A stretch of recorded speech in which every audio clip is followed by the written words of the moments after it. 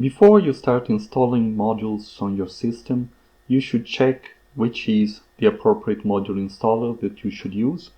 That may be pip on a Unix system typically, or Conda if you have installed Anaconda.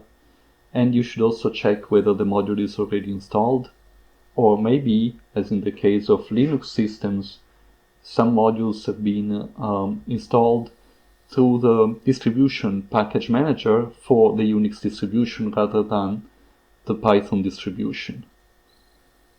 But if you want to try how pip works, I suggest that you try it out in a binder. There is nothing that really you can break in a binder, so you can just take any of our binders and open a terminal, as I'm doing in this video. And then, for instance, you can try to install BioPython.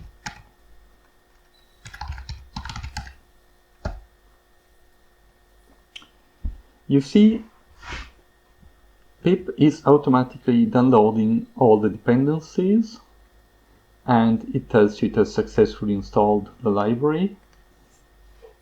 So now, if you create a new notebook or you just launch Python from the command line, you will be able to import BioPython, and normally, there it is, it has worked.